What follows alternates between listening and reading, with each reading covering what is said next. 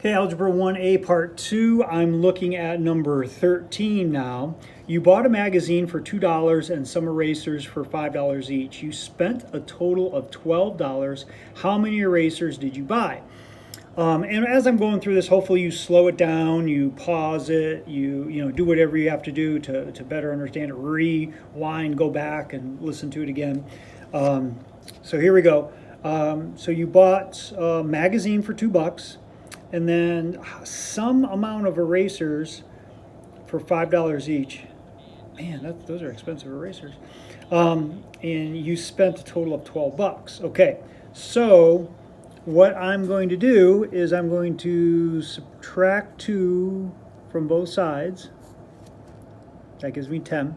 Then I divide both sides by 5. I bought 2 erasers. How many erasers did I buy? I bought 2. Okay, that's 13. Let's take a look at 14. Danielle spent half of her weekly allowance at the movies to earn more money.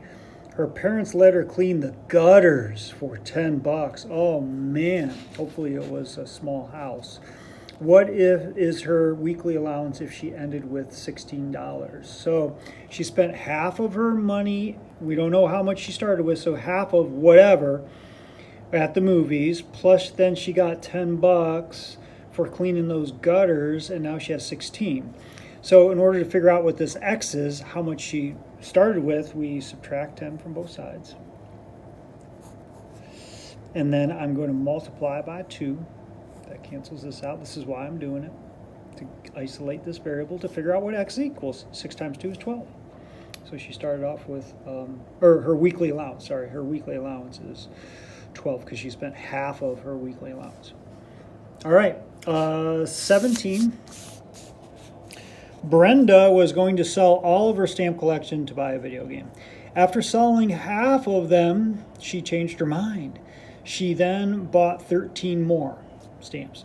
How many did she start with if she now has 33? So half of them she got rid of. She sold half of them, yeah. Okay, and then she bought 13 more, and now she has 33. How do I figure out how much she started with? Half of, that first thing that she started with, that's the first amount. So I'm subtracting 13. Okay, and then I have, I'm going to multiply this by 2 to get rid of this. X equals 20. So she started with 20. Number 18.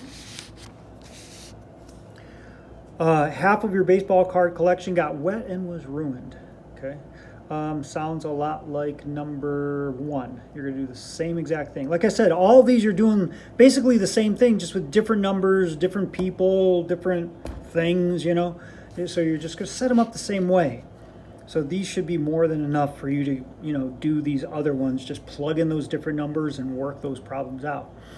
All right, so you bought 13 cards to replace some that were lost, and now you have 29. So what did you begin with?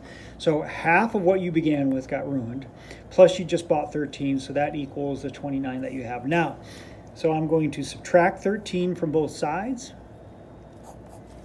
That gives me 16 here. I'm going to multiply by 2. Putting, numbers next to each other in parentheses, by the way, means multiplication. Hopefully you noticed that throughout this video and the previous one. X equals 32. So that means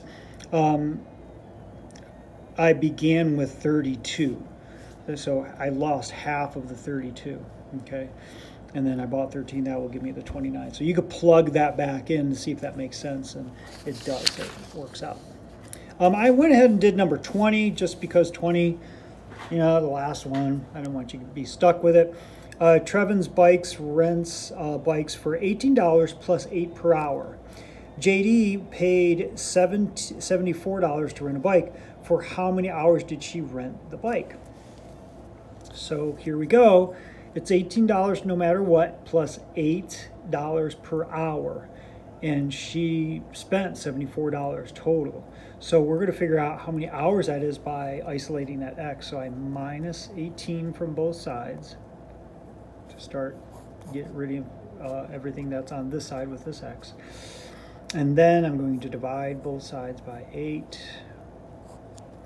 And x is going to equal 56 divided by 8, which is 7. So 7 hours is how long she rented that bike. Okay, hopefully this helps. Once again, if not, Zoom with me during your class time or study all the time, whatever. I have plenty of open spots. So good luck.